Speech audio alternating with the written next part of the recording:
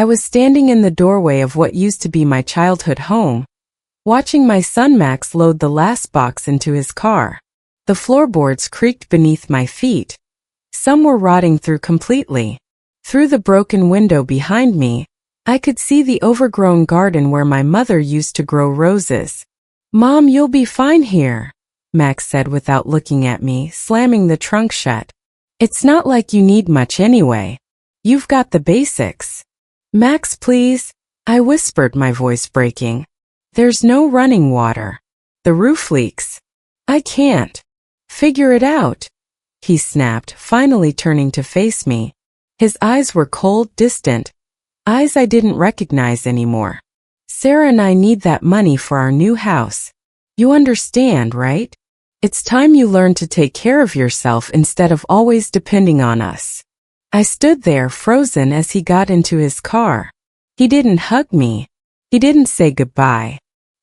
He just drove away, leaving me alone in a crumbling village house 2 hours from the city, with no neighbors in sight except for one distant cottage across the field. Before I tell you what happened next, stay with me till the end. You won't believe how this story ends, or who that neighbor really turned out to be. My name is Margaret, and I'm 63 years old. For most of my life, I believed that if you gave everything to your children, they would love you forever. I was wrong. I married young, too young probably. I was 19 when I met Robert, Max's father.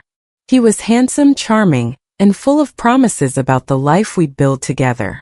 We got married within 6 months, and I got pregnant with Max almost immediately after. Robert worked in construction and I stayed home. That was the arrangement. I didn't mind it at first. I loved being a mother. When Max was born, I held him in my arms and made a silent promise. I would give him everything I never had. I would make sure he never felt unloved, never felt abandoned, never felt like he wasn't enough. My own childhood had been difficult. My father left when I was 7, and my mother worked 3 jobs to keep us fed. I barely saw her growing up. I spent most of my childhood in this very house, the old village house that belonged to my grandmother. It was isolated even then, but it was a shelter. My mother would send me here during summer breaks because she couldn't afford childcare. I remembered the loneliness, the silence, the feeling of being forgotten. So when Max came into my life, I swore I'd never let him feel that way. Robert died when Max was 12. Heart attack. Suddenly. Devastating. One morning he kissed me goodbye and went to work, and by noon I was at the hospital being told he was gone. After that, it was just Max and me. I worked 2 jobs, one as a secretary during the day, another cleaning offices at night. I saved every penny I could. I wanted Max to have opportunities. I wanted him to go to college, to have a career, to build a life better than mine. When Max was 17, he told me he wanted to study business. The tuition was expensive, more than I'd saved. So I sold the small apartment we'd been living in and moved us into a cheaper rental. I took out loans. I worked extra shifts. I ate less so he could eat more. "Mom, you don't have to do this," he'd said one night, watching me count coins at the kitchen table. "I want to," I told him, smiling. "You're my son. I'd do anything for you." And I meant it. Max graduated with honors. He got a good job at a marketing firm in the city. I was so proud I cried at his graduation. He looked so handsome in his cap and gown, so confident. He'd made it. We'd made it. A few years later he met Sarah. Sarah was different, polished, elegant. She came from money, the kind of family that had summer homes and investment portfolios. I could tell from the first time Max brought her home that she didn't think much of me. She looked around our tiny rental apartment with barely concealed disgust. "It's cozy," she'd said with a tight smile. But Max loved her. And because I loved Max, I tried to love her too. They got engaged after 2 years of dating. I was happy for him. Truly. But I also felt something shifting. Max started visiting less. He'd make excuses. Work was busy, Sarah had plans, they were tired. When he did come over, he seemed distracted, always checking his phone. Max, is everything okay? I asked him once. Everything's fine, Mom, he said quickly. Too quickly. I'm just busy building my life, you know? You understand. I understood. Or at least I tried to. Then came the wedding planning. Sarah wanted a big wedding. A very big wedding. She showed me pictures of venues that looked like palaces with price tags that made my head spin. Max, how are you going to afford this? I asked him one afternoon when he came over alone. He was quiet for a long moment, staring at his coffee cup. Then he looked up at me with an expression I'd never seen before. Calculated. Cold. Actually, Mom, I wanted to talk to you about that, he said slowly. You still own Grandma's old house, right? The one in the village. Yes, I said carefully. But Max, that house is falling apart. It's been abandoned for years. It's probably not worth. The land is worth something, he interrupted. Sarah's father knows a developer who's interested in that area. If you sold it, you could help us with the wedding. And you'd still have money left over. Max, that's my inheritance. That's the only property I have. Mom. His voice was firm now, almost harsh. I've never asked you for anything. I worked hard, I made something of myself. But this wedding is important to Sarah's family. It's important for my career. These are connections that could set us up for life. Don't you want me to be successful? The guilt hit me like a wave. He was right, wasn't he? He'd never asked for anything. And didn't I promise I'd do anything for him? Okay, I whispered. I'll sell it. His face broke into a smile. The first genuine smile I'd seen from him in months. Thanks, Mom. You're the best. I sold the house. Or rather, I sold the property rights, keeping the structure itself. The developer wanted the land for future projects, but wasn't interested in the old house. I gave Max almost all the money, enough to cover most of the wedding expenses. The wedding was beautiful. Expensive. Extravagant. I barely knew anyone there. I sat alone at a table in the back, watching Max and Sarah dance, surrounded by her family and their wealthy friends. Sarah's mother didn't speak to me once. After the wedding, things got worse. Max and Sarah bought a condo in an expensive part of the city. They were always busy.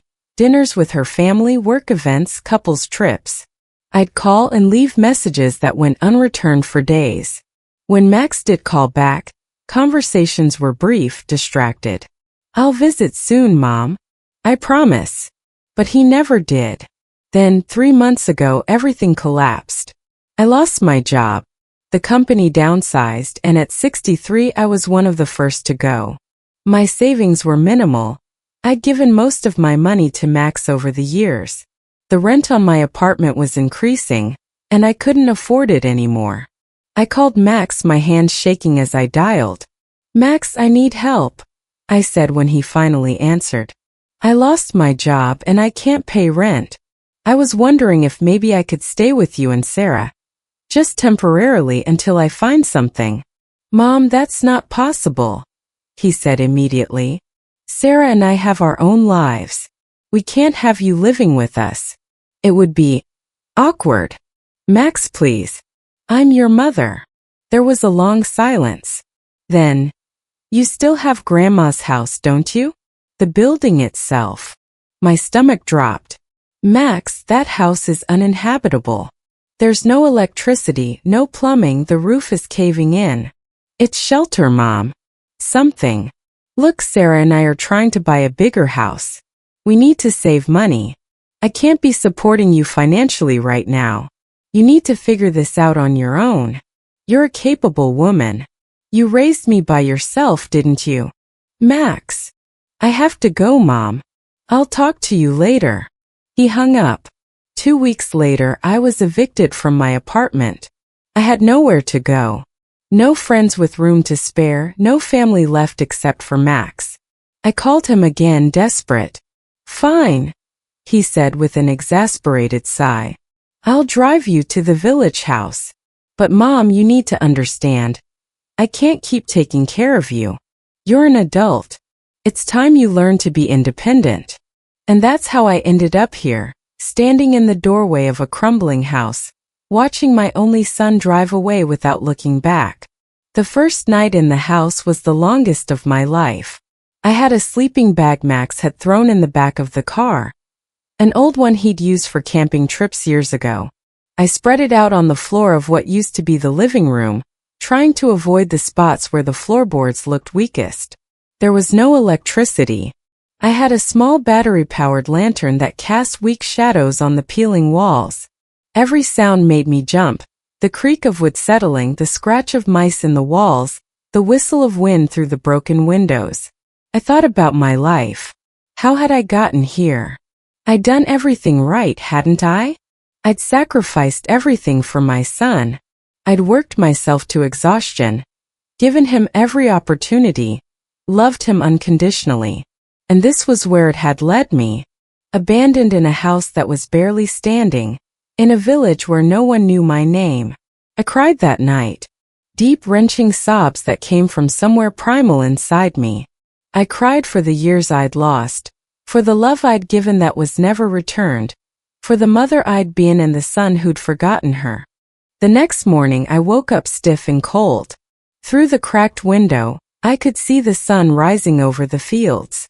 In the distance, maybe half a mile away, I could see the only other house, a small cottage with smoke rising from the chimney.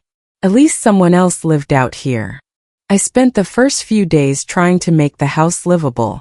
I found a bucket and walked to a stream nearby to get water. I patched the worst holes in the roof with old tarp I found in the shed. I swept away years of dust and debris, trying to create one room that felt like it could be a home. It was exhausting work for a woman my age. My back ached constantly. My hands developed blisters that broke and bled. But I kept working. What else could I do? On the fourth day, I decided to walk to the cottage. I needed help, or at least information about where I could find supplies, maybe a phone to use. The walk took 20 minutes. As I got closer, I could see the cottage was well maintained. There was a garden out front with late-season vegetables, a neatly stacked woodpile, and curtains in the windows. I knocked on the door, my heart pounding. What would I even say? Hello, I'm your neighbor who's been abandoned by her son in a falling-down house. Can you help me? Sounded pathetic even in my head. The door opened. The woman who stood there was probably in her early 70s, with silver hair pulled back in a neat bun and sharp blue eyes that seemed to take in everything at once. She was wearing a simple dress and cardigan, and she looked at me with an expression I couldn't quite read. Yes, she said. Her voice was cultured, educated. Not what I expected in this isolated place. I'm Margaret, I stammered. I'm staying in the old house across the field. I just wanted to introduce myself. And I was wondering if you might know where I could. You're living in that death trap? She interrupted, her eyes widening. That house should have been condemned years ago. I know, I said quietly. But I don't have anywhere else to go. She studied me for a long moment. Then she stepped aside. Come in. You look like you need tea. Her name was Eleanor. I learned this as we sat in her cozy kitchen, drinking tea from delicate china cups that looked expensive. Everything in her cottage was neat, orderly, and surprisingly refined. There were books everywhere. Shelves lining the walls, stacks on the table. I noticed several in what looked like French and German. I moved here 15 years ago, Eleanor explained, pouring more tea. After my husband died. I wanted peace and quiet. Privacy. The village suited me. It's very isolated, I said. That's the point. She gave me a small smile. Now, tell me what brings a woman your age to live in a house that's one strong wind away from collapsing. So I told her. Everything. About Max, about Sarah, about the years of sacrifice and the final abandonment. About standing in that doorway watching my son drive away without looking back. Eleanor listened without interrupting. Her face unreadable. When I finished, she was quiet for a long moment. Your son, she finally said, sounds like a remarkable piece of work. Despite everything, I felt defensive. He's building his life. He's under pressure from his wife, from her family. He's a coward, Eleanor said flatly, and a user. He's used you all his life, and now that you can't give him anything else, he's discarded you. The words hurt because they were true. I don't know what to do, I whispered. I have almost no money. I can't get a job at my age. The house is unlivable. I feel so lost. Eleanor set down her teacup with a decisive click.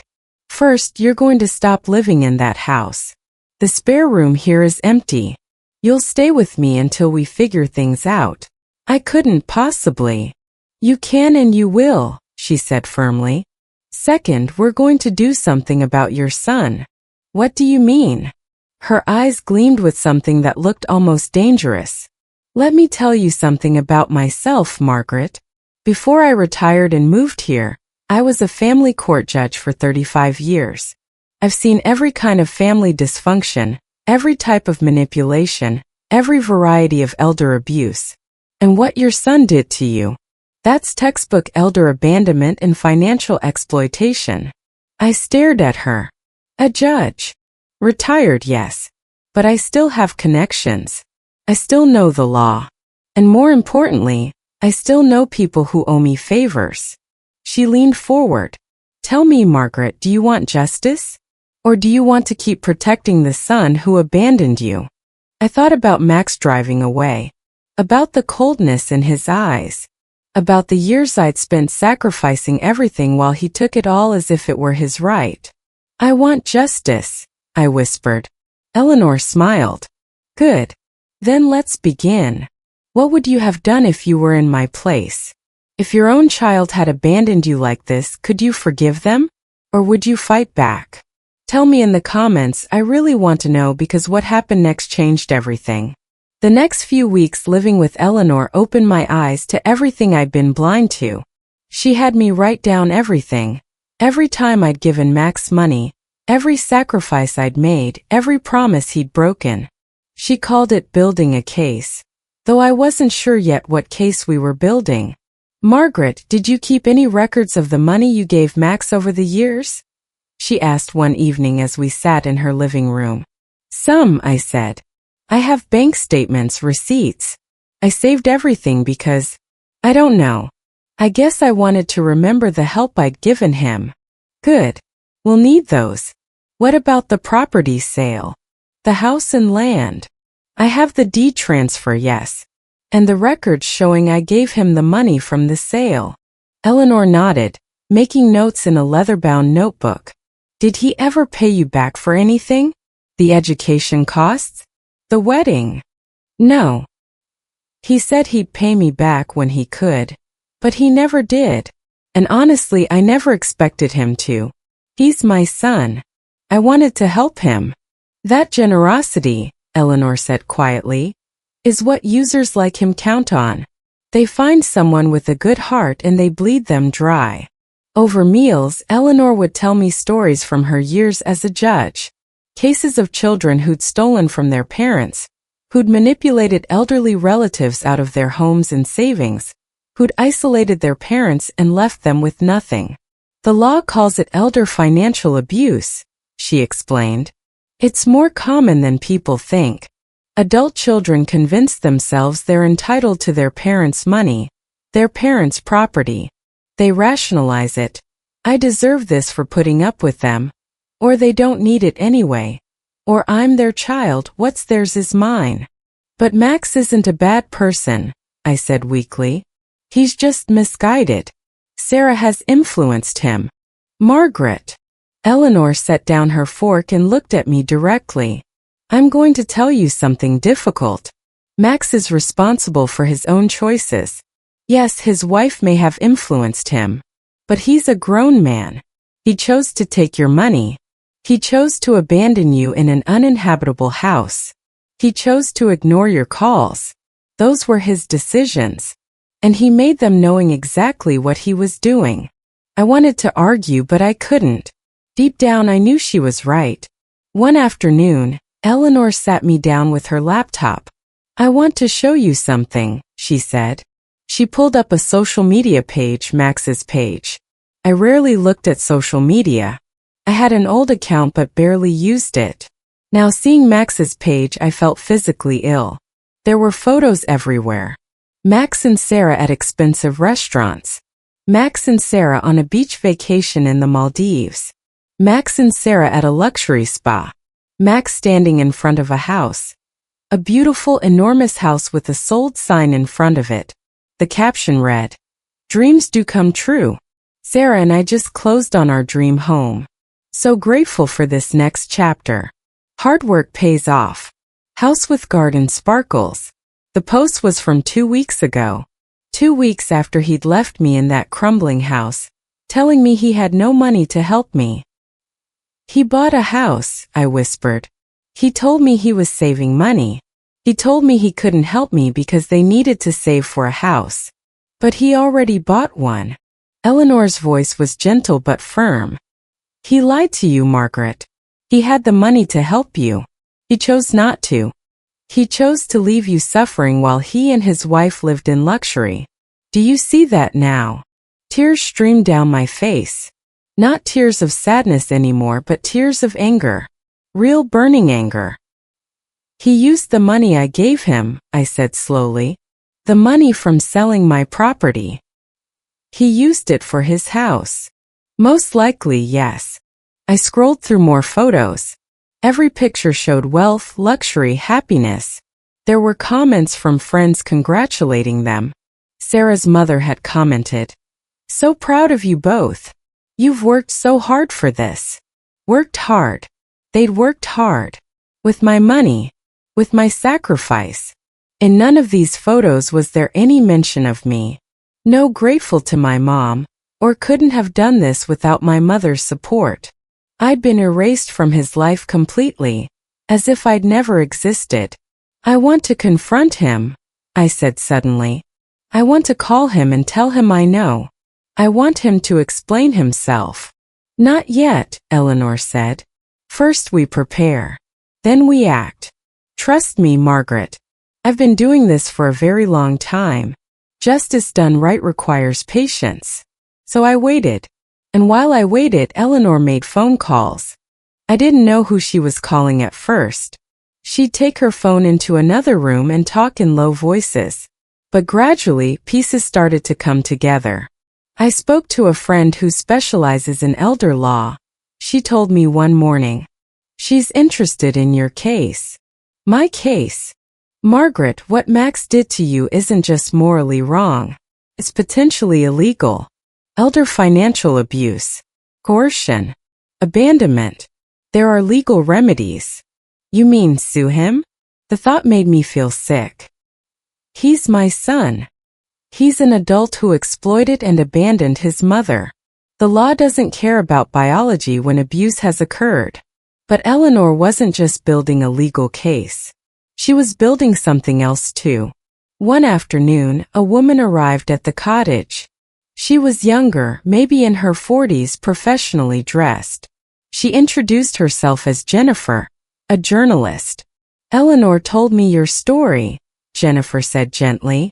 "I write about family law and elder abuse for a major publication. Stories like yours need to be told. Too many people suffer in silence because they're ashamed, or because they don't want to hurt their children's reputations. But silence protects the abusers." "I don't know," I said hesitantly. "If this became public, Max would be humiliated. It could hurt his career." "Did he think about that when he abandoned you?" Eleanor asked quietly. I had no answer. Over the next few days, I told Jennifer everything. She recorded our conversations, took notes, asked detailed questions. She was kind but thorough, never pushing but always gently probing deeper. "These stories matter," she told me when we finished. "They shine a light on a problem too many people ignore. Adult children who exploit their parents are counting on shame and silence to protect them. When we speak up, we take away that protection. Meanwhile, Eleanor's lawyer friend had been doing research. "Margaret, I've reviewed everything you've provided," the lawyer told me over a video call. "You have a strong case for financial exploitation. The pattern is clear: years of one-sided financial support, culminating in coercion to sell property, followed by complete abandonment. The fact that he left you in an uninhabitable dwelling, while he purchased a luxury home with funds you provided, strengthens the case significantly." "What would happen if we pursued this?" I asked. "Several potential outcomes. We could seek financial restitution, repayment of the funds you provided. We could pursue charges of elder abuse, though that would require law enforcement involvement. At minimum, we can create a legal record of what occurred." "Will Max go to jail?" "Unlikely for a first offense. But he'd face serious consequences. Financial penalties. Possibly a judgment against him that would appear on his credit report. Public record of the case. It would follow him." I thought about Max. About the little boy I'd rocked to sleep, the teenager I'd sacrificed for, the man who'd driven away without looking back. "He deserves consequences," I said quietly. "For what he did. Not just to me, but for what he's become." Eleanor squeezed my hand. Then we moved forward. But there was something else Eleanor had planned. Something she hadn't told me about yet. One evening, she sat me down with a serious expression. "Margaret, I need to tell you something about Max's wife, Sarah," she said. "I had a friend do some research. Sarah's family, the wealthy, well-connected family that Max married into. They value reputation above almost everything else." "What do you mean?"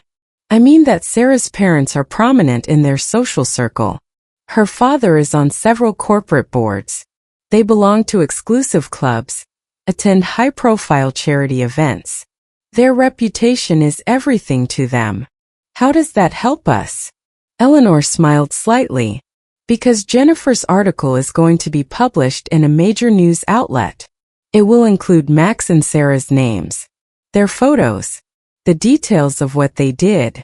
And once that article publishes, once Sarah's family sees that their daughter and son-in-law abandoned an elderly woman in a condemned house while buying a mansion with her money, well, I suspect there will be consequences."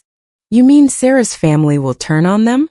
"I mean Sarah's family will be horrified, ashamed. These are people who care desperately about appearance and propriety. Having their name associated with elder abuse? It will be devastating to them." I felt a strange mixture of satisfaction and guilt. "Is that too cruel?" "Cruel." Eleanor's voice was sharp. "Margaret, your son left you to freeze in a broken house with no water or electricity, while he vacationed in the Maldives. He spent your money on a mansion and pretended he had nothing. He ignored your suffering. And you're worried about being cruel to him." She was right. I knew she was right. "When does the article publish?" I asked. 2 weeks, Eleanor said. "But before it does, we're going to give Max one chance. One opportunity to make this right on his own." "What do you mean?" "We're going to invite him here. You're going to confront him, show him everything we know, and give him the chance to do the right thing. If he does, if he genuinely apologizes, provides financial restitution, and shows real remorse, then we'll consider not pursuing further action. And if he doesn't, then we destroy him." The words should have shocked me, but they didn't. After everything, they felt like justice. The call to Max was the hardest thing I'd ever done. I used Eleanor's phone because I was afraid he'd ignore my calls. My hands were shaking as I dialed his number. He answered on the 4th ring. "Hello. Max, it's Mom." There was a long pause. "Mom? How did you get this number?" "It's your number, Max. The same one you've always had." "Oh, right." He sounded distracted, impatient. "Look, I'm kind of busy right now. Max, I need you to come visit me." I forced my voice to stay steady. "At the village house. This weekend." "Mom, I really don't have time. It's important." I made my voice firmer than I felt. Max, I'm asking you to come. Just for a few hours. Please. Another pause. Is something wrong? Are you okay? The fact that he was asking now, after weeks of silence, should have made me feel something. But I just felt empty. I need to talk to you, I said. Face to face. Will you come? I could hear him sigh. Fine. Saturday. But I can't stay long. Sarah and I have plans. Saturday is fine. Thank you, Max. I hung up before he could change his mind. Eleanor was watching me with approval. Good. Now we prepare. The preparation was meticulous. Eleanor arranged for the lawyer to be present via video call. She organized all my documents, bank statements, property records, receipts, into a clear timeline.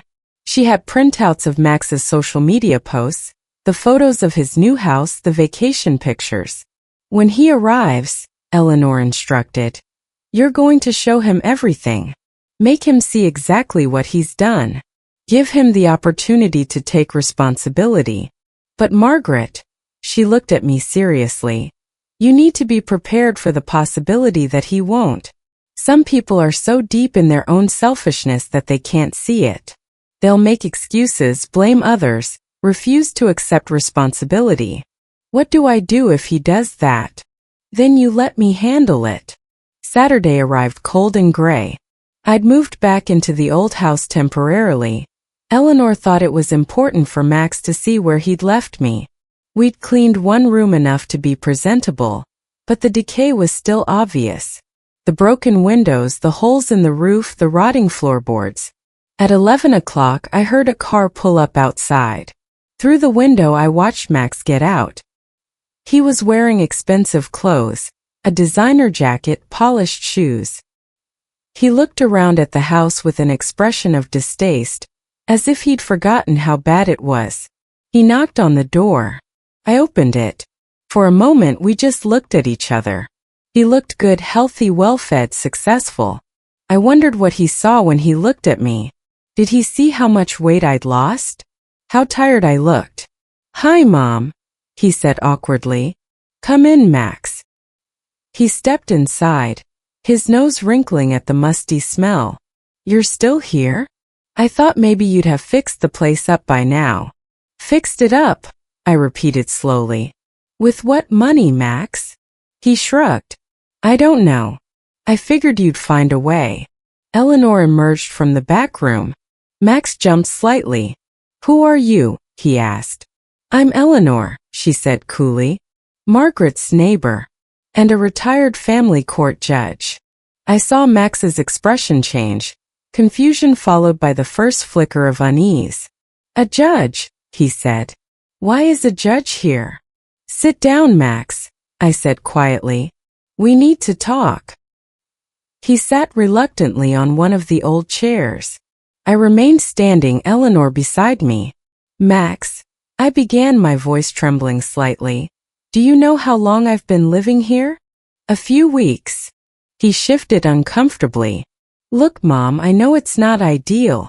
7 weeks, I interrupted. 7 weeks in a house with no running water, no electricity, holes in the roof. Do you know what it's like to be 63 years old and have to walk to a stream to get water? To sleep in a room where you can see the stars through the ceiling? To be cold and hungry and completely alone? Mom, you're being dramatic. Am I? My voice rose. While I was living like this, where were you, Max? He didn't answer. I picked up one of the printouts, a photo of him and Sarah on the beach. You were in the Maldives. 5-star resort. All-inclusive. How much did that trip cost, Max?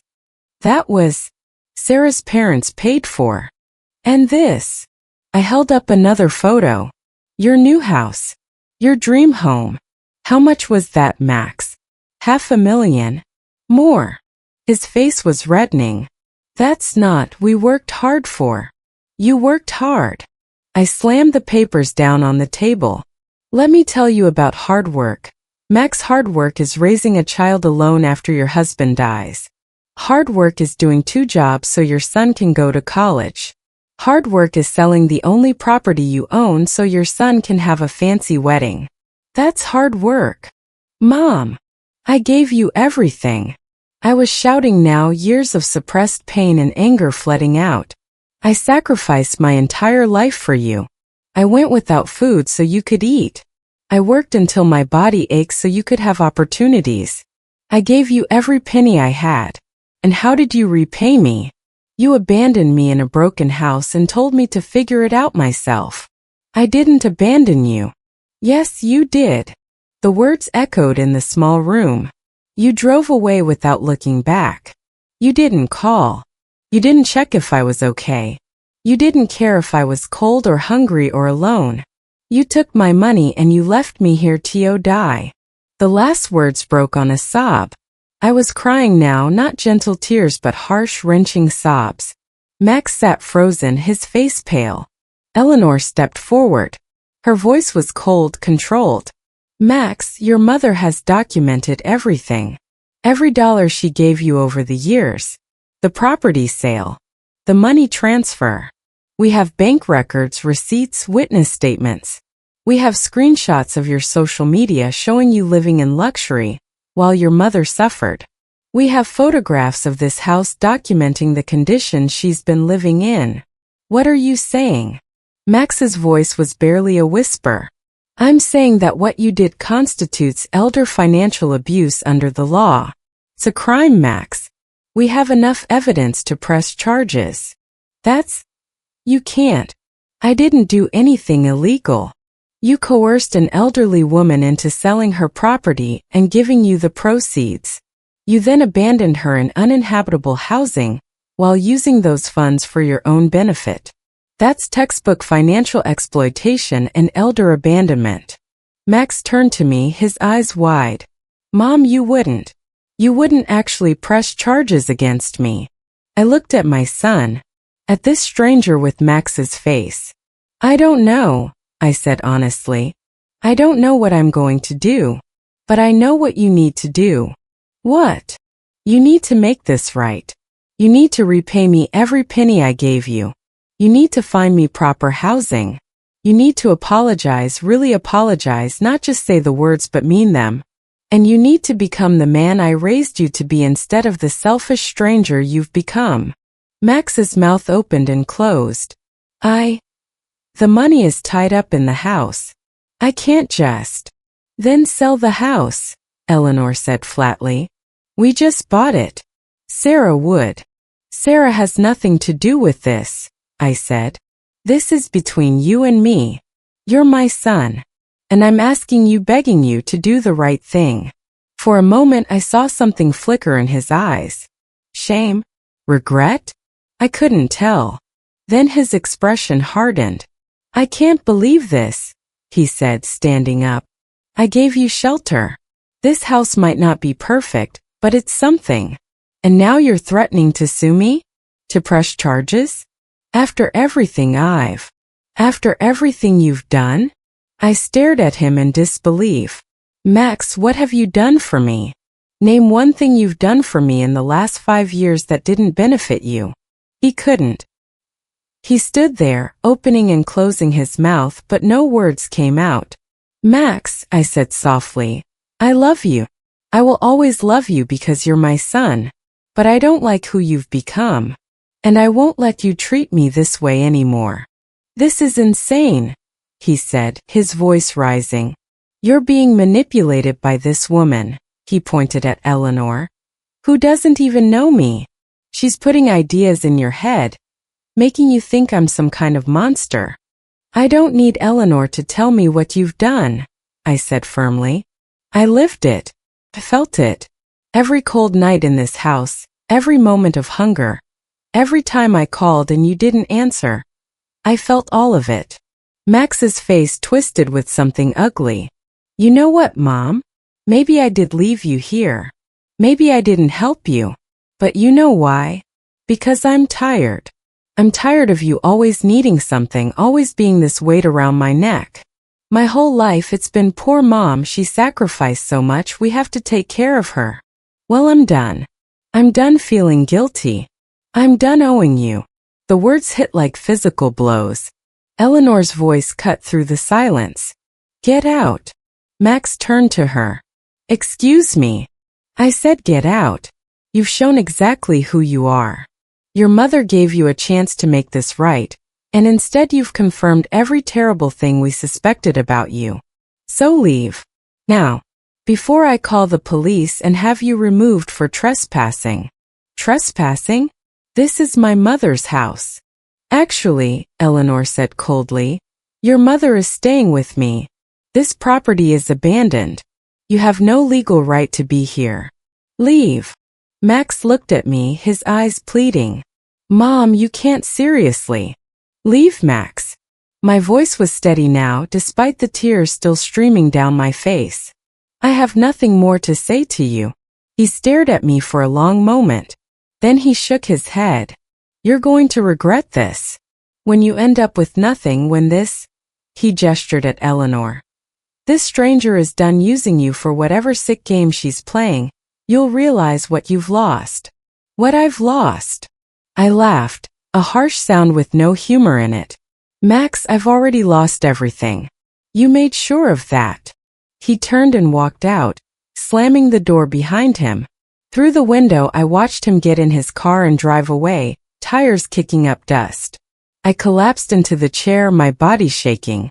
Eleanor put a hand on my shoulder. You did well, Margaret. I feel sick, I whispered. That's normal. You just confronted your abuser. It doesn't matter that he's your son.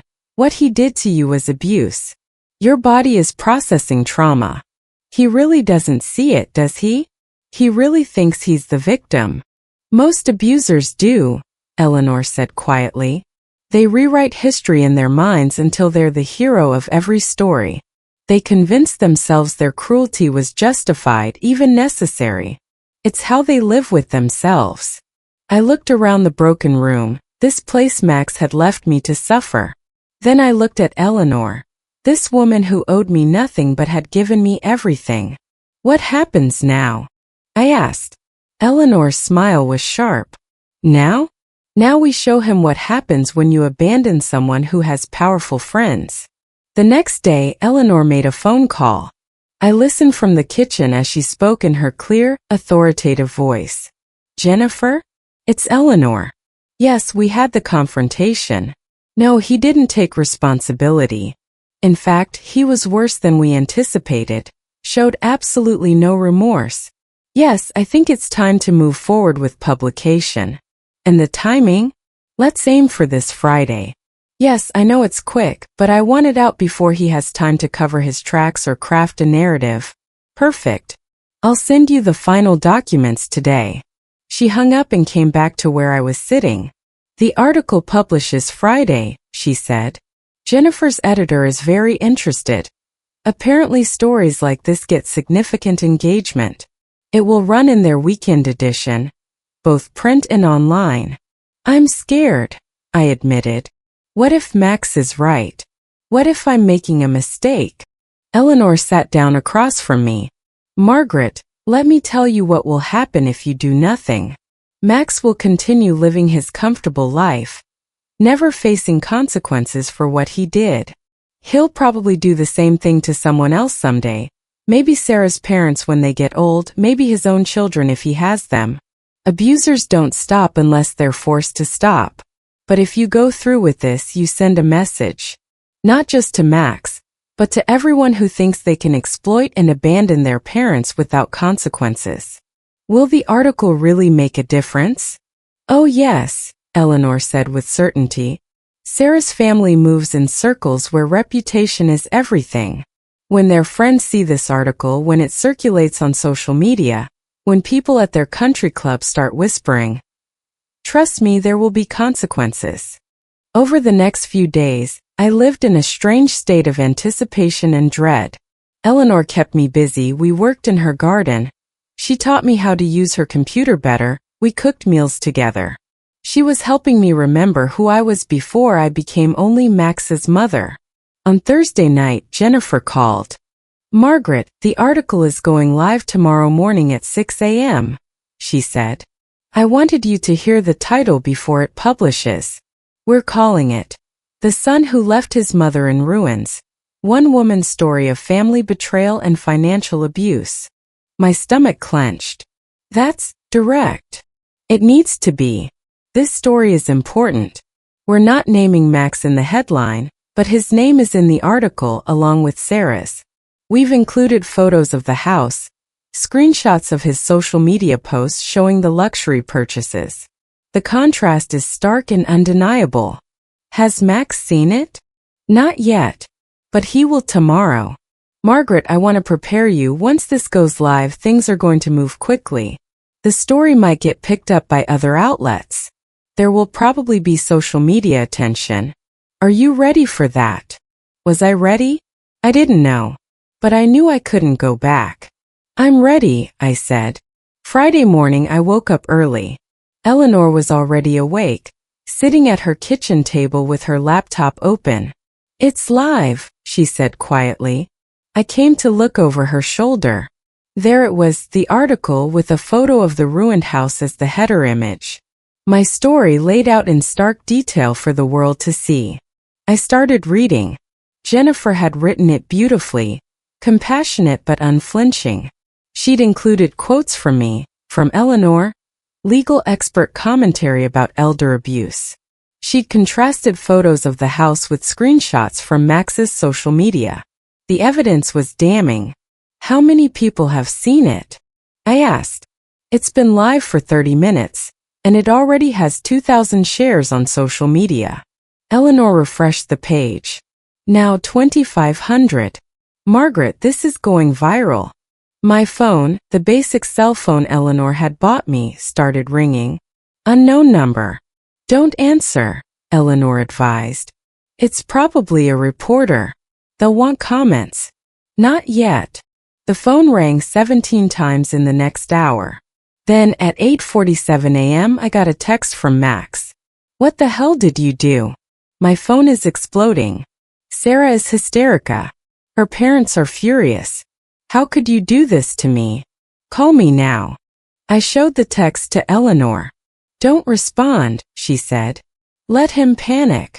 Another text came through. Mom, please. You're ruining my life. Sarah's father is threatening to fire me from the board position he got me. Her mother won't stop crying. Please take down the article. I'll help you, I promise, just make this stop.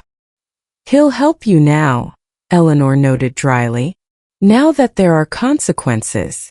Over the next hours we watched the story spread. It was picked up by 3 other news sites. On social media, people were sharing it with comments like, "This is heartbreaking," and "Someone needs to check on this poor woman," and "The son should be in jail." Some people found Max's social media accounts. His photos of the luxury house, the vacation, the expensive restaurants, they were all being screenshotted and circulated, contrasted with photos of the ruined house where he'd left me. The comments on his posts were brutal. Is this the house you bought with your mother's money while she lived in a shack? You should be ashamed of yourself. Elder abuse is a crime. Hope you get prosecuted. Imagine abandoning your mother and then bragging about your luxury life online. Disgusting. By noon, Max had deleted all his social media accounts. At 1:30 p.m. my phone rang again. This time the caller ID showed Sarah. I looked at Eleanor. She nodded. Answer it. Put it on speaker. I accepted the call. Hello. How dare you? Sarah's voice was shrill, hysterical. How dare you do this to us? Do you have any idea what you've done? My father is furious. My mother is humiliated. Our friends are calling asking if it's true. You've destroyed our reputation. Sarah, we gave you a place to live. We gave you shelter. And this is how you repay us? By lying to some journalist and making us look like monsters. I didn't lie about anything, I said quietly. Everything in that article is true. It's not. You made it sound like we abandoned you. Like we didn't care. Max gave you a house. He left me in a condemned building with no water or electricity, Sarah. while you were vacationing in the Maldives, while you were buying a mansion. With my money. That was your choice to give him money. Nobody forced you. Actually, Eleanor's voice cut in coolly, coercion is a legal concept. When someone uses their position of power, such as being someone's only family member, to pressure them into giving money or property, that's legally considered coercion, even if the word force isn't used. Who is this? Sarah demanded. I'm a retired family court judge who's seen dozens of cases exactly like this one. And I'm the one who's going to make sure your husband faces legal consequences for what he did. There was silence on the other end. Then, you can't prove anything. We have bank records, property transfer documents, photographs, witness statements, text messages. We have everything, Sarah. And more importantly, now the public knows what you both did. This is Max. Max, get over here. I could hear her yelling in the background. Your mother has some judge helping her, she's saying. The phone was fumbled, then Max's voice came through. He sounded panicked. Mom, please. We need to talk about this. This article. You don't understand what it's doing to us. I might lose my job. Sarah's family is threatening to cut us off.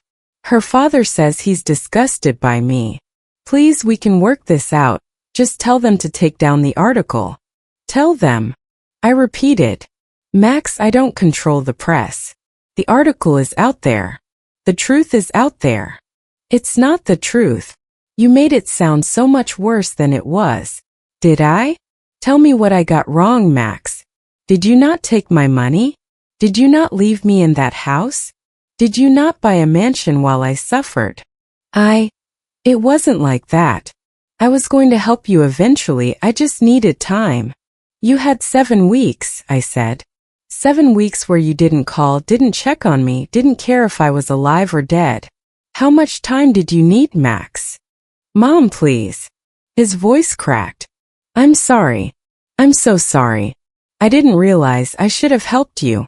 I should have been there. I was wrong. Please just tell them you forgive me. Tell them we've worked it out. I'll pay you back. I'll sell the house if I have to. Just make this stop. And there it was. The apology I'd been waiting for. But it didn't feel like I thought it would. It didn't feel like redemption. It felt like manipulation. He wasn't sorry for what he'd done. He was sorry he'd been caught. Sorry there were consequences. No, I said softly. What? No, Max. I'm not going to tell them anything. You made choices. Now you live with them. But I said I'm sorry. What more do you want? I want you to actually be sorry, I said, my voice strengthening. Not sorry you got caught. Not sorry people know what you did. Sorry for the pain you caused. Sorry for the nights I cried myself to sleep. Sorry for treating me like garbage after I gave you everything. But you're not sorry for any of that, are you? You're just sorry your comfortable life is being disrupted. That's not. Goodbye, Max. I hung up.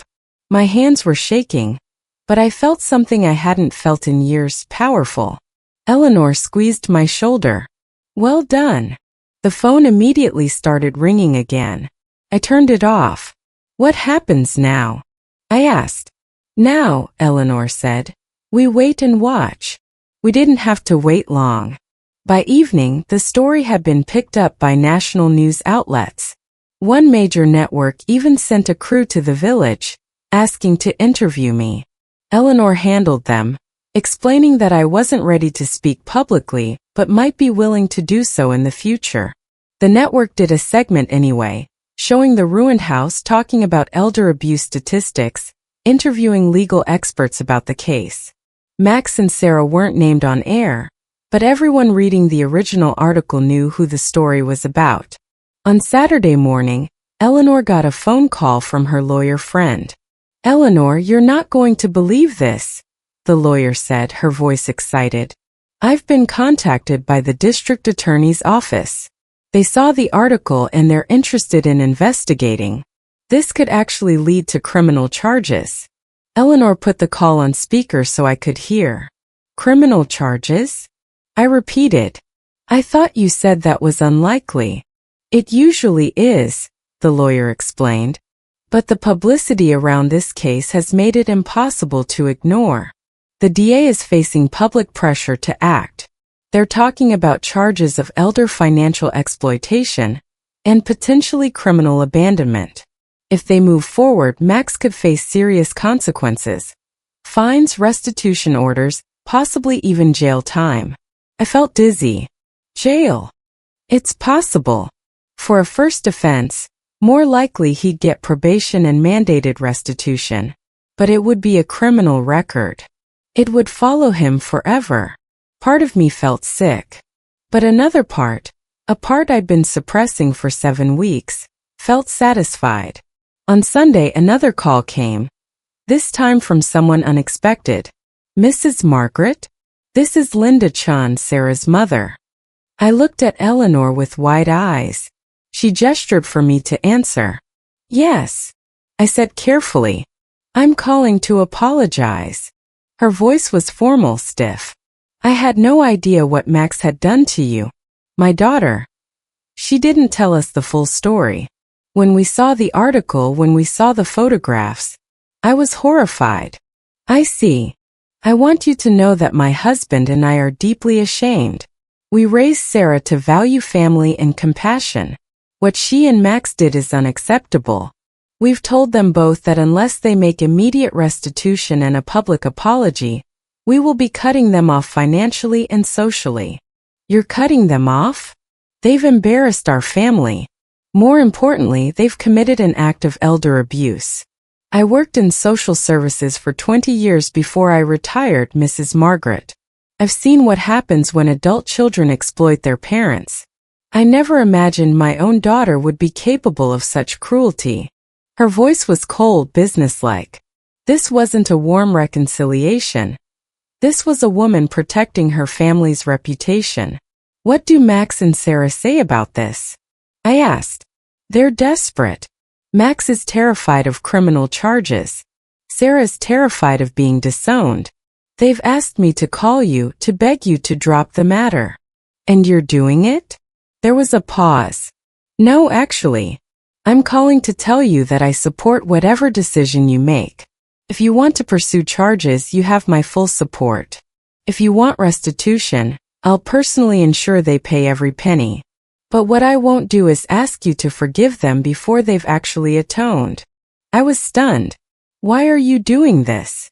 Because it's right, she said simply. And because someone needs to teach my daughter and son-in-law that actions have consequences. They're adults. It's time they acted like it. After I hung up, I looked at Eleanor in amazement. Well, Eleanor said with a slight smile, I told you Sarah's family valued reputation. Seems they also value doing the right thing, even if it's for the wrong reasons. 2 days later, Eleanor got another call. This time from a lawyer representing Max and Sarah. My clients are prepared to offer a settlement, the lawyer said formally. Full restitution of all funds provided by Mrs. Margaret over the past 20 years, plus an additional sum for pain and suffering. In exchange, Mrs. Margaret would agree not to cooperate with any criminal investigation and to request that the published article be retracted. Eleanor put the call on speaker. How much are we talking about? Based on documentation provided, my clients acknowledge receiving approximately $127,000 from Mrs. Margaret over the years. They're prepared to pay back this full amount, plus an additional $50,000. Total settlement of $177,000. I gasped. I'd never had that kind of money in my life. And the conditions? Eleanor asked. Mrs. Margaret signs a non-disclosure agreement, doesn't cooperate with law enforcement, and publicly states that the matter has been resolved amicably. Absolutely not, Eleanor said immediately. Excuse me. The NDA is unacceptable. Margaret has every right to tell her story. The demand that she not cooperate with law enforcement is probably illegal. You can't pay someone not to report a crime. And she certainly won't claim this was resolved amicably. Then what would you accept? Eleanor looked at me. I realized this was my decision. I thought carefully. I want the money, all of it, plus interest. I want it in writing that Max acknowledges what he did was wrong. I want a formal apology, written, specific, and sincere, not crafted by a lawyer. And I want Max and Sarah to volunteer at an organization that helps elderly people for at least 1 year. The lawyer was silent for a moment. Let me consult with my clients. He called back an hour later. They agreed to all terms except the volunteer work. They feel that's excessive. Then no deal, I said firmly. If they think 1 year of volunteering to help people like me is excessive, then they haven't learned anything. They can face the criminal charges instead. Another pause. I'll call you back. This time it took 3 hours. When the lawyer called back, he sounded tired. My clients agree. All terms accepted. When can we meet to sign paperwork? Friday, Eleanor said. My lawyer will draft the agreement. Bring a cashier's check. The days leading up to Friday felt surreal. Eleanor's lawyer prepared a comprehensive settlement agreement that laid out every term in excruciating detail. The money would be paid immediately. Max would provide a written apology that I had to approve before signing. They would both commit to 1 year of volunteer service at an elder care organization, with documentation provided quarterly. The meeting was set for 2 p.m. at Eleanor's lawyer's office in the city. That morning I was so nervous I could barely eat breakfast. What if they don't show up? I asked Eleanor. They'll show up, she said calmly. They're facing criminal charges if they don't. The DA has already opened an investigation. This settlement is their only way out. We drove to the city together. The lawyer's office was in a modern building downtown, all glass and steel. So different from the crumbling village house where this had all started. The receptionist led us to a conference room. Eleanor's lawyer was already there. A sharp-eyed woman named Patricia who greeted me warmly. Everything's ready, Patricia said. They should be here any minute. At exactly 2 p.m. Max and Sarah arrived. I hadn't seen them in person since that confrontation at the house. Max looked terrible. He'd lost weight, had dark circles under his eyes, his expensive clothes hanging looser than before. Sarah looked immaculate as always, but her expression was pinched, bitter. They sat across the table from us. Max wouldn't meet my eyes. Let's begin, Patricia said briskly. Mr. Maxwell, you have the cashier's check? Their lawyer handed over an envelope. Patricia examined it carefully. $177,000, payable to Margaret and Cooper. Good. She slid a document across the table. This is the settlement agreement. It stipulates that in exchange for this payment, all parties agree to the following terms. She read through the entire agreement, line by line. When she finished, she looked at me. Margaret, before we proceed, there's one more condition. The written apology. Max's lawyer handed over a piece of paper. Patricia read it first, her eyebrows rising. Then she handed it to me. I read. Mom, I'm sorry for what I did. I should have helped you. I should have been a better son. I was wrong to take your money and wrong to leave you in that house. I hope someday you can forgive me. Max. I looked up at Max. Is this it? He finally met my eyes. What more do you want me to say? I want you to acknowledge specifically what you did. I want you to say you exploited me financially. I want you to admit you left me in a condemned house while you lived in luxury. I want you to recognize the pain you caused. This, I held up the paper. This is generic. This sounds like you're apologizing for forgetting my birthday. I'm not going to write that I exploited you. Then no deal. I stood up. Wait. Sarah's voice was panicked. Max, just write what she wants. I'm not going to incriminate myself. You already incriminated yourself.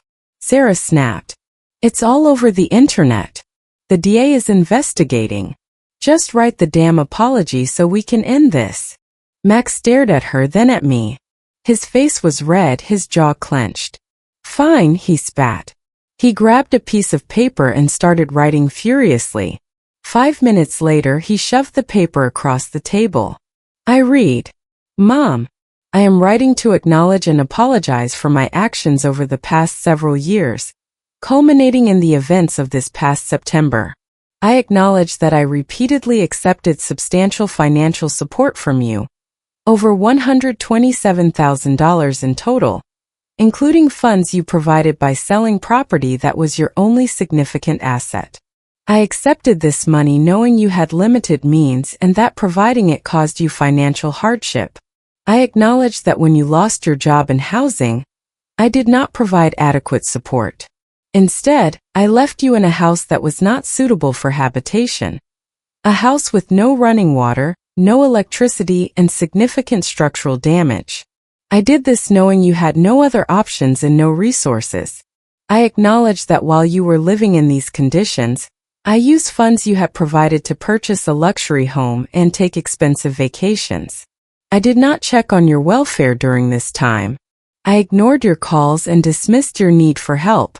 I acknowledge that my actions constituted financial exploitation and elder abandonment. What I did was cruel, selfish, and wrong. I violated the trust you placed in me as your son. I betrayed the woman who sacrificed everything to raise me. I am deeply ashamed of my actions. I understand that this apology cannot undo the harm I've caused, but I want you to know that I recognize the full extent of what I've done and the pain I've caused you. I am committed to making restitution and to becoming a better person through volunteer work helping others in situations like yours.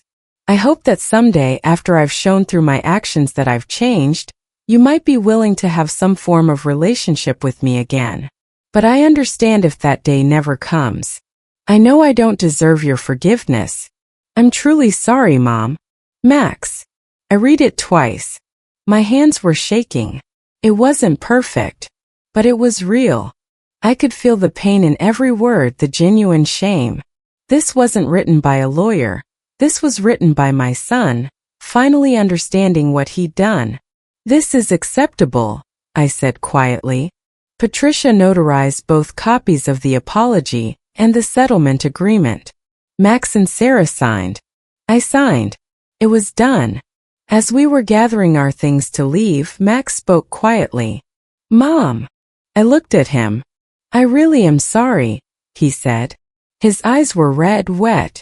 I know you probably don't believe me, but I am. I don't know what happened to me. I don't know when I became this person who could treat you that way. But I'm going to figure it out. I'm going to fix it. I studied his face. Was he sincere? Or was this more manipulation? I didn't know. Maybe I'd never know. The volunteer work, I said. Don't do it just because you have to. Do it because you want to understand. Talk to the people there. Listen to their stories. Learn what it feels like to be old and alone and forgotten. He nodded, tears spilling over. I will. Sarah stood stiffly beside him, her expression unreadable. Sarah, I said, turning to her. You have influence over Max. You helped shape the man who could abandon his mother. I hope you'll use that influence differently going forward. Her jaw tightened. I didn't force Max to do anything. He made his own choices. Yes, he did, Eleanor said coolly from beside me. But you benefited from those choices. You vacationed on Margaret's money. You're living in a house Margaret's money helped purchase. And you didn't question any of it. That makes you complicit. Sarah looked like she wanted to argue, but Max put a hand on her arm. She's right, he said quietly. We both need to be better. As Max and Sarah left the office, I watched them go. Max looked back once, his face full of regret. Sarah didn't look back at all. How do you feel? Eleanor asked when they were gone. I don't know, I said honestly. Relieved? Sad? Satisfied? All of it at once. Patricia handed me an envelope. The check. I'd recommend depositing it immediately and meeting with a financial advisor about how to manage these funds. I looked at the check. $177,000. More money than I'd ever had in my life. Eleanor, I said slowly, you've done so much for me. Let me repay you. Absolutely not, she said firmly. Margaret, you don't owe me anything. You gave me something far more valuable than money. What? Purpose, she said simply. For 15 years I've been hiding in that cottage, removed from the world. You reminded me why I became a judge in the first place. To help people. To fight injustice. To make sure the powerful don't crush the vulnerable. You gave me that back. I hugged her, this remarkable woman who'd saved me when I had nothing. What will you do now? She asked. I thought about it. I'll find a small apartment in the city. Nothing fancy. Just something clean and safe in mine. I'll put most of the money in savings. And maybe I'll volunteer too. At the same organization where Max will be working. Eleanor raised an eyebrow. Really? I don't want to see him, I clarified. But I want to help people like me. People who've been abandoned, forgotten. I know what that feels like now.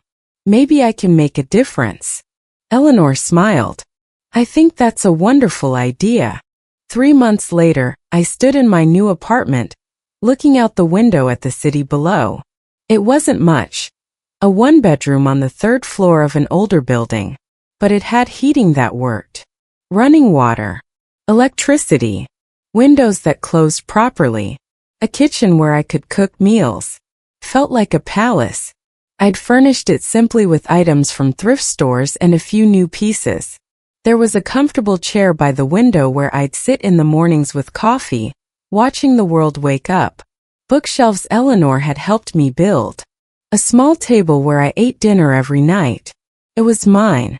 And it was enough. I'd started volunteering at Silver Horizons, an organization that provided support services to elderly people who were isolated or at risk.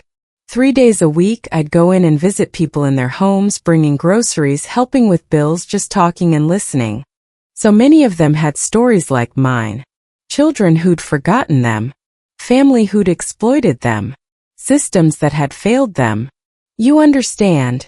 An 81-year-old woman named Dorothy told me one afternoon. That's why it's different when you visit. You really understand. I did understand. And being able to help others in the same situation gave me something I hadn't expected. Healing. I hadn't seen Max at Silver Horizons. Later, I learned he and Sarah had chosen a different location across the city for their volunteer work. Probably intentional, giving us both space. But I got updates. The volunteer coordinator told me Max came every week without fail. He was quiet, serious, actually listening to the people he helped. One of the elderly men he visited regularly had requested Max specifically, saying he enjoyed their conversations. I think it's changing him, the coordinator said. I've seen a lot of court-ordered volunteers over the years. Most of them resent it, do the minimum required, watch the clock. Max isn't like that. He stays late. He asks questions. He seems genuinely affected by the work. I didn't know what to do with that information. Part of me was glad. Part of me was still too hurt to care. The article's impact had faded but not disappeared. Occasionally someone would recognize me on the street. Are you the woman from that article about her son? Usually they were kind, sharing their own stories of family betrayal or just expressing sympathy. The criminal investigation had been dropped after the settlement. The DA explained that with restitution paid and my unwillingness to push for prosecution, there wasn't much case to pursue. Sarah's parents had kept their word. Max and Sarah were still cut off from family money and social events. Sarah had taken a job, her first real job, at a nonprofit. According to Eleanor's sources, the adjustment was difficult for her, but she was managing. Eleanor remained my closest friend.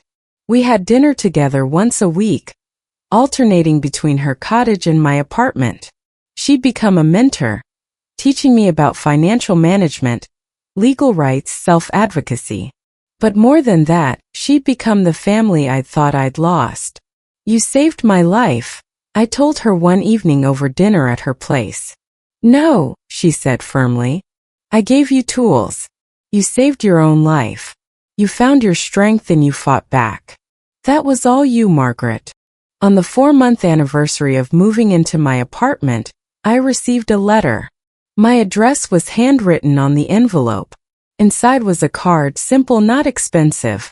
It read, "Mom, I know I have no right to contact you.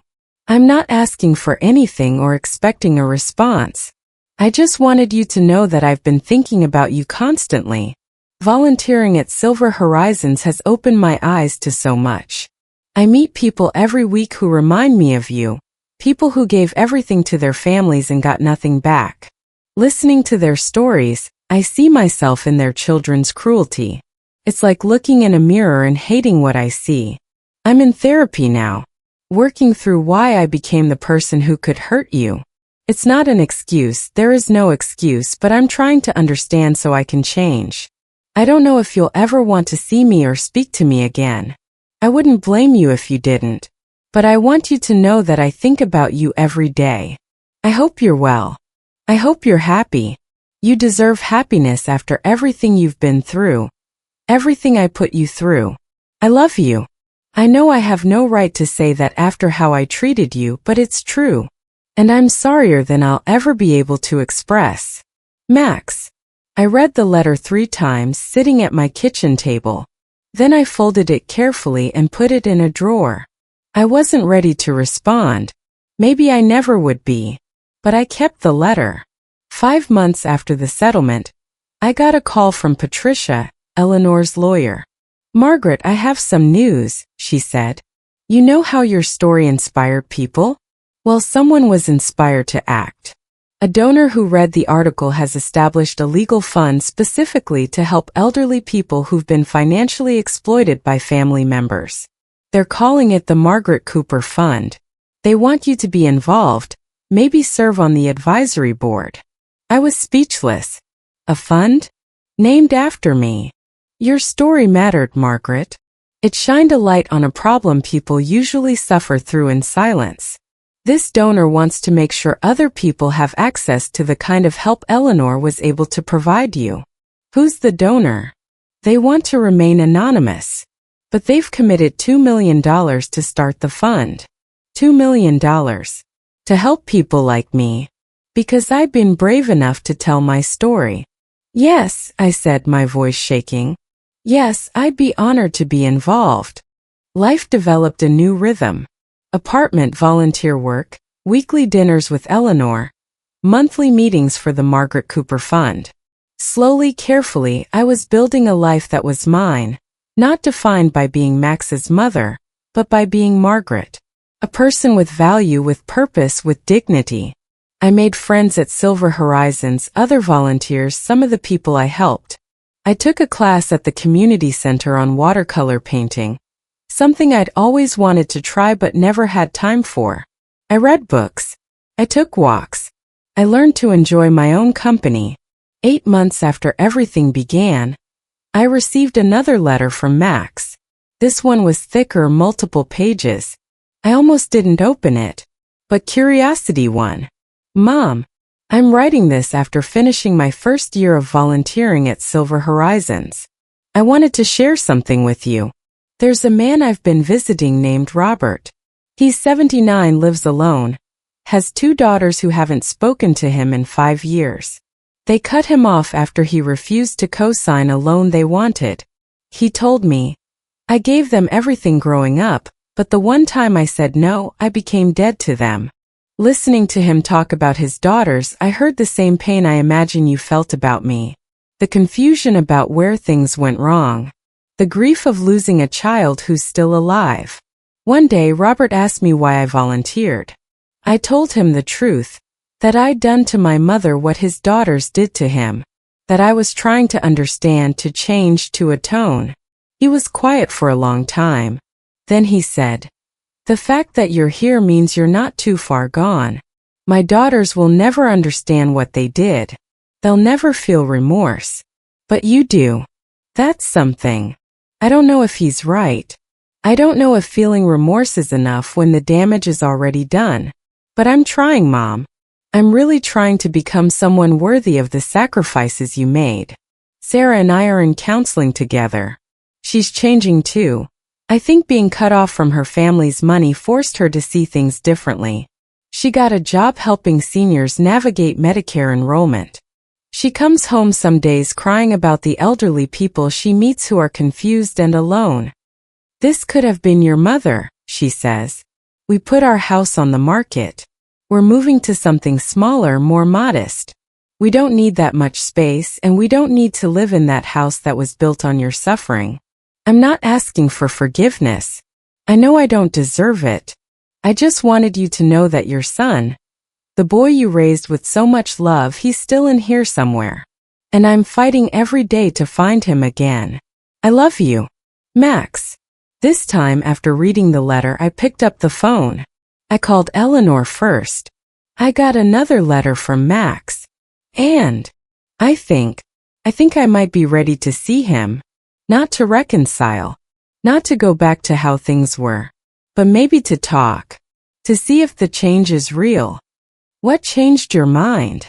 I thought about it. I've spent these months building a new life, finding my own value. I'm not the desperate, broken woman he abandoned anymore. I'm strong enough now to face him without falling apart. And I'm curious, is this real change? Or is it performance? How will you know the difference? I guess I'll have to trust my instincts. The same instincts I ignored for years when I let him take advantage of me. But I'm listening to them now. Eleanor was quiet for a moment. Whatever you decide, I support you. Just remember, reconciliation, if it happens, has to be on your terms. Not his. I know. I called Patricia next, asking her to arrange a meeting. Neutral location, limited time, Eleanor present if I wanted. Professional. Controlled. The meeting was set for 2 weeks later at a coffee shop halfway between my apartment and where Max now lived. Those 2 weeks felt eternal. I rehearsed what I might say. Imagined different scenarios, tried to prepare myself emotionally. The day arrived cold and gray. Eleanor insisted on coming with me, sitting at a nearby table in case I needed her. I got there first, chose a table by the window, ordered tea I was too nervous to drink. Then Max walked in. He looked different. Thinner, yes, but also humbler. He was wearing simple clothes, jeans and a sweater, nothing designer. His hair was grayer than I remembered. He moved carefully, as if afraid of taking up too much space. When he saw me, his face crumpled for just a second before he composed himself. He sat down across from me. "Hi, Mom." "Hello, Max." Silence stretched between us, heavy with everything unsaid. "Thank you for agreeing to meet me," he finally said. "I wasn't sure you would. I wasn't sure I would either." "You look good," he said. "Healthy. Happy even." "I am," I said simply. "I've built a good life for myself. A life that doesn't depend on anyone else." He nodded, looking down at his hands. "I'm glad. You deserve that." More silence. "Max," I said slowly, "why did you want to meet?" He took a deep breath. "I wanted to see you. To tell you in person that I'm sorry. And to ask, not for forgiveness, but just, do you think there's any possibility that someday we might have some kind of relationship again? Not like before. I know we can't go back. But something." I studied his face. Looked for signs of manipulation, of performance. But all I saw was genuine pain, genuine remorse. "I don't know," I said honestly. "Max, you broke something in me when you abandoned me. Something that might never fully heal.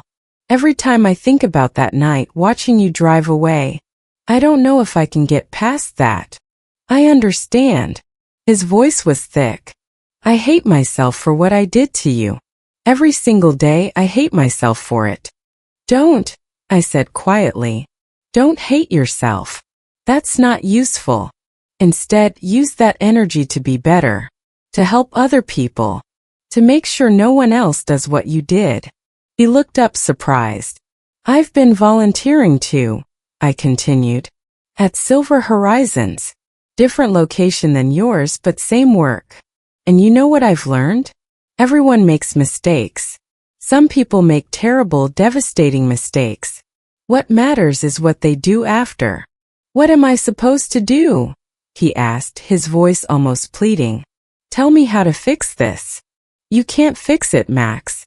That's the truth you need to accept. You can't undo what you did.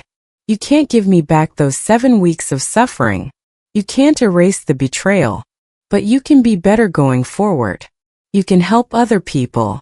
You can learn from this and make sure you never hurt anyone this way again. Is that enough? I don't know, I said. You'll have to live with not knowing. Just like I have to live with what you did to me. We sat in silence for a few minutes. Then Max said quietly, I brought something. He pulled out an envelope and slid it across the table. Inside was a check. What's this? I asked. $20,000, he said. I know it's not nearly enough. But Sarah and I have been saving, cutting expenses. This is the first of what I hope will be many payments. I want to pay you back for more than just the documented amounts. I want to repay you for everything, the years of sacrifice, the opportunities you gave me, the love you showed me that I never properly valued. It'll take years, maybe decades, but I want to try. I looked at the check, then at him. Max, the settlement already. The settlement was legal restitution. This is moral restitution. This is me choosing, without any legal requirement, to give back what I took. Please take it. Please let me try to balance the scales even a little bit. I took the check, folded it carefully. I'll donate it to the Margaret Cooper Fund, to help other people in situations like mine. He smiled slightly sadly. That's exactly what I hoped you'd do. That's the mom I remember, always thinking of others first. Not always, I corrected. Not anymore. I think of myself now too.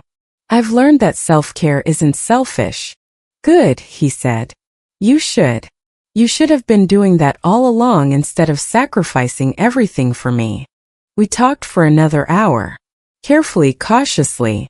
He told me about his therapy, about what he was learning about himself, about how his relationship with Sarah was changing, as they both confronted their own entitlement and selfishness. I told him about my apartment, my volunteer work, the friends I'd made, about Eleanor and Patricia and the fund that had been created. It wasn't comfortable. It wasn't warm. But it was honest. As we were preparing to leave, Max said, Can we do this again? Meet like this sometimes. I considered it. Maybe. In a few months. Let's take this slowly. Slowly is good, he agreed. I'll take whatever you're willing to give. Max, I said as he stood to leave, I want you to know something. I do still love you. You're my son. I'll always love you. But I don't trust you yet. Love and trust aren't the same thing. Trust has to be rebuilt over time, through consistent actions, not words. His eyes filled with tears. I understand. Thank you for even giving me the chance. After he left, Eleanor came over to my table. How do you feel? She asked. Strange, I said. Sad but also relieved? I don't know if we'll ever have a real relationship again, but I think maybe we found a starting point.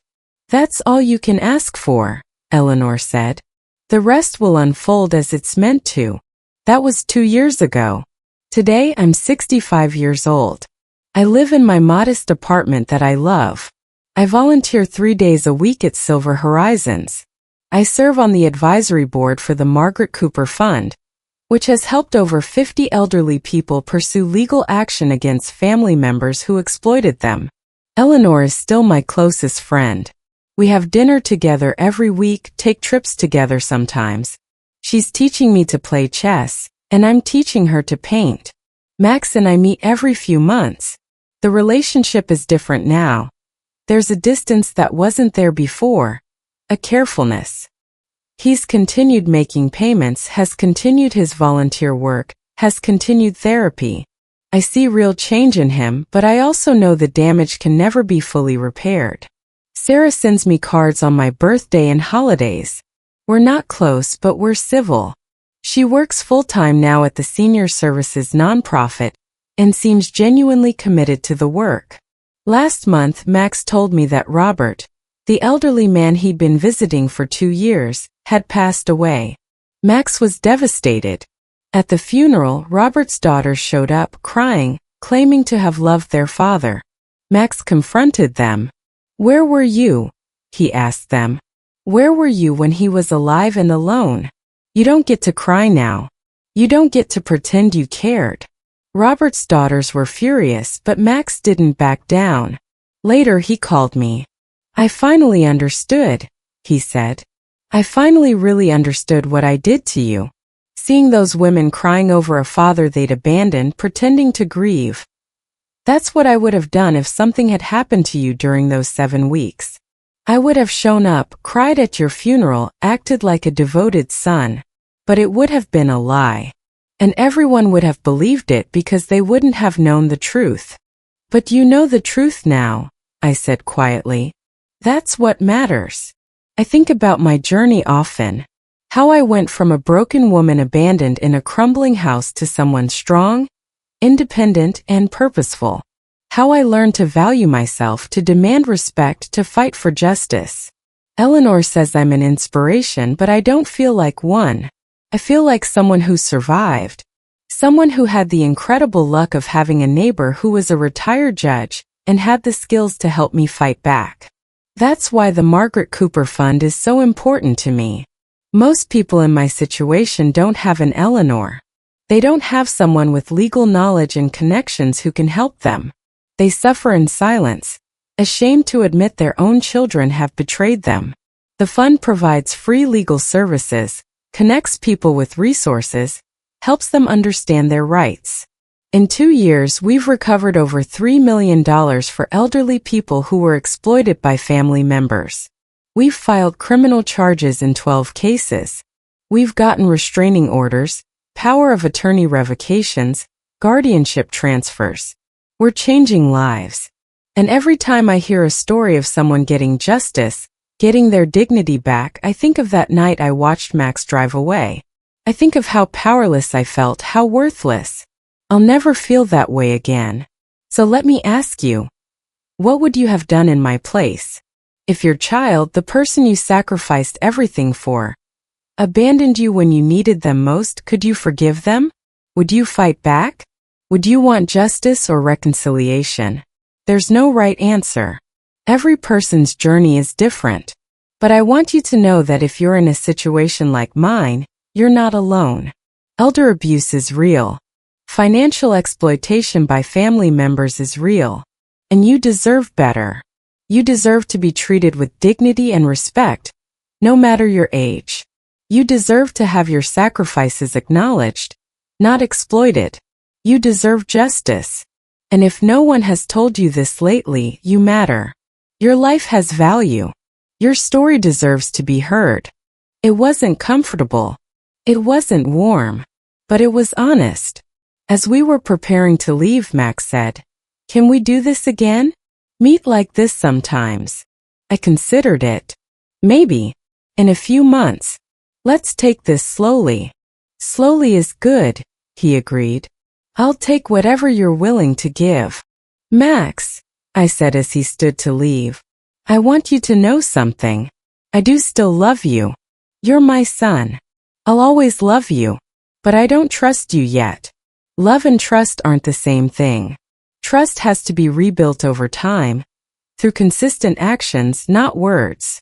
His eyes filled with tears. "I understand.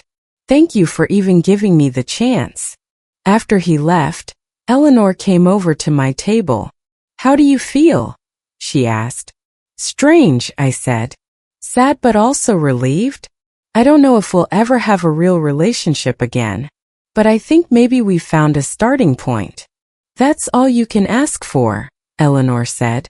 "The rest will unfold as it's meant to." That was 2 years ago. Today I'm 65 years old. I live in my modest apartment that I love. I volunteer 3 days a week at Silver Horizons. I serve on the advisory board for the Margaret Cooper Fund, which has helped over 50 elderly people pursue legal action against family members who exploited them. Eleanor is still my closest friend. We have dinner together every week, take trips together sometimes. She's teaching me to play chess, and I'm teaching her to paint. Max and I meet every few months. The relationship is different now. There's a distance that wasn't there before, a carefulness. He's continued making payments, has continued his volunteer work, has continued therapy. I see real change in him, but I also know the damage can never be fully repaired. Sarah sends me cards on my birthday and holidays. We're not close, but we're civil. She works full-time now at the Senior Services nonprofit and seems genuinely committed to the work. Last month, Max told me that Robert, the elderly man he'd been visiting for 2 years, had passed away. Max was devastated. At the funeral, Robert's daughters showed up, crying, claiming to have loved their father. Max confronted them. "Where were you?" he asked them.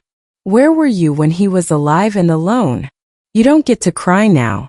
You don't get to pretend you cared." Robert's daughters were furious, but Max didn't back down. Later he called me.